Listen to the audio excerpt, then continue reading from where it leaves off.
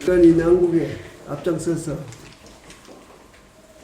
열심히 해주시는 모습을 봤어요. 아주 높이 평가합니다. 아주 힘든 일이고 여러 가지 이것저것 눈치 보면 할 수 없는 일들을 과감한 용기를 가지고 했다는 게 역시 경륜이 이야기해 주는 것이 그럼 아주 높이 평가합니다. 아시다시피 이제 저희가 사실은 저희 당이 배출한 대통령님이 두 분이나 이렇게 탄핵이 되고 나니까 사실은 굉장히 다른 것보다도 우리 진영의 대통령을 지키지 못하는 것이 어떻게 보면 우리 당의 가치를 지키지 못하는 것 같은 생각이 들고요. 또 그 과정에서 저는 다른 것이 아니라 헌법 가치를 좀 지켜야 되겠다. 그런 취지로 좀 열심히 해봤는데 결과는 좋지 않고 결국은 조기 대선으로 이루어졌습니다. 근데 사실 대통령님도 그러셨지만 우리 진영이 대통령이 되시면 대통령님도 당선되시자마자부터 소고기 숯불 시위로 얼마나 대통령님을 괴롭혔습니까? 2월달 지금 4월달부터 그랬으니까. 네, 그리고 나서 결과적으로는 아무것도 아닌 일이라는 게 그때부터도 저희가 이야기했지만 근데 거기에 대해서 아무도 책임지지 않습니다. 책임지잖아요. 네, 그런데 대통령님 때는 소고기 촛불 시위로 그들의 세력을 보여줬고 그 다음에는 이제 박근혜 대통령님 또 이제는 윤석열 대통령까지 모두 탄핵이 됐는데 저는 이런 과정이 끊임없이 우리 대통령을 흔들고 이렇게 탄핵되는 과정이 반복돼서는 결국은 이 대한민국이 튼튼하지 않겠다라는 생각으로 네, 그리고 사실 제가 이렇게 보면은 무슨 그것이 모두들 북한 이야기하면 왜 갑자기 북한 이야기 나와 이럴지 몰라도 사실 민노총 간첩단 사건 같은 걸 우리가 보면 거기 공소장에 다 써 있잖아요. 이렇게 해라. 한국 사회에 퇴진이 추모다라는 집회를 해서 조기 대선을 획책해라 이런 거 시키는 대로 하고 있거든요.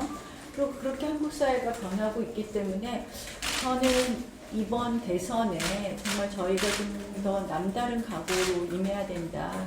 그거는 저는 첫 번째가 헌법 가치를 지키는 일이라고 생각합니다. 오늘 아침에 제가 신용평가 회사들, 무디스랑 3대 신용평가 회사에서 우리나라 신용등급을 내리겠다는 기사 보셨습니까, 대통령? 거기 보면은 이유 중에 하나가 전국이 불안정하고 플러스 유력 대선 주자인 이재명 후보의 기본소득이 결국은 국가 부채를 높일 것이다.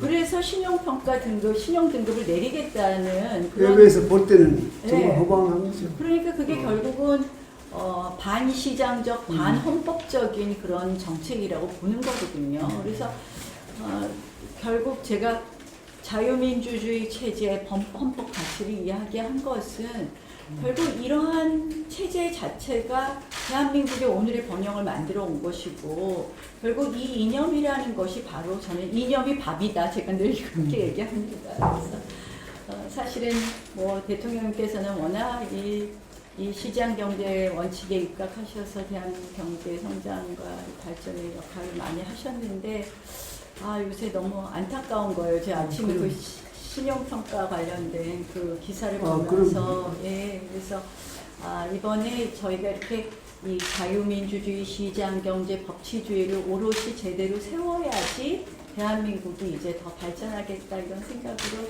제가 좀 일단은 용기를 냈어요? 네, 용기를 냈습니다. 네, 용기를 냈습니다. 그래서 사실은 또 오늘 대통령님께 지금 우리 당의 경선 보면은 걱정이 많으실 텐데요. 네, 경선 보면 걱정이 많으실 텐데 결국은 저는 저희가 잘 경선 과정에서 국민의 후보들이 잘 바른 정말 나라를 사랑하는 마음으로 경선에 참여해야 돼요. 그렇게 하겠습니다. 그리고 우리 헌법 가치를 이야기를 하는데 누구보다도 우리 나경원 의원은 헌법 가치를 주장할 만한 자격이 있어요. 지식도 있고 거기에 대해서. 근데 내가 보면 우리나라가 이만큼 발전한 건 정말 자유시장 경제하에서 발전된 거거든요. 옛날 우리가 더 잘 살았던 북한을 보면 지금은 어떻게 됐어요? 근데 뭘 북한에서 배울 게 있는지. 나는 기업에 있을 때 보면 그 노조 활동에서 그런 게 있었어요. 북한 나보고 그 회장님 6.25가 북침입니까 남침입니까 이렇게 질문했어 노조 위원장이. 그래서 내가 그걸 왜 새삼스럽게 묻느냐고 그랬더니 우리 학교에서는 다 남침으로 봤는데 알고 보니까 그게 북침이래요. 이렇게 노조 위원장이 나한테 그렇게 이야기를 하는 걸 보고 내가 참 충격을 받았어요. 단순한 근로자의 복지를 위해서 하는 노동운동이 아니고 이념운동이라고 나는 봐서 그 당시 많은 참 회의가 있었는데 우리 한국이 지금 내가 재임 중에도 천안함 사태가 났을 때 그 북한 소리라는 게 분명한데도 불구하고 우리 한국의 그 지도층의 일부 정치인들이 그건 누군 잠수함 충돌했다 뭐 이런 식으로 정말 하는 걸 보고 내가 그래서 그때 뭐 하는 수 없이 세계 8대 중립 전문 기관을 통해 조사를 해달라. 거기서 결론이 났는데도 불구하고 지금까지도 승부가 안 나는 사람이 있어요. 그래서 일본 우리 한국이 지금 단순한 뭐 정치 이게 투쟁이 아니고 이념 투쟁도 있었기 때문에 걱정을 많이 하죠. 네, 정말 걱정이 많이 됩니다. 그러니까 대통령님 때는 엄청 흔들기만 했고 그 다음에는 이제 결과가 이렇게 됐는데 그래서 국민들께서 아마 이번 여러 가지 과정에서 또 많이들 생각하실 것 같고요. 또 우리 대한민국 지금 굉장히 뭐 안보랑 경제랑 위기인데 결국 그런 부분에 있어서 그래도 일할 수 있는 국민의 힘에 또 지지를 주시지 않을까. 그러니까 지금 지지율들 보고 많은 사람들이 이제 걱정을 많이 하죠. 그런데 그래도 우리 국민은 또 현명해요. 최종 판단은 우리 국민이 현명하게 한다고 이렇게 보죠. 보기 때문에 이번에도 우리 자유시장 경제가 흔들리고 자유민주 사회가 흔들리면 큰일이잖아요. 그런 것도 또 우리 국민들이 걱정할 것이고 많은 국민들이 정말 정치는 사르다 이렇게 이야기를 많이들 하잖아요. 그리고 국민들 공감하는 사람이 많아요. 그 이야기에. 그렇게 하는데 우리 정치가 요번 우리 그 국민의힘에서 경선을 통해서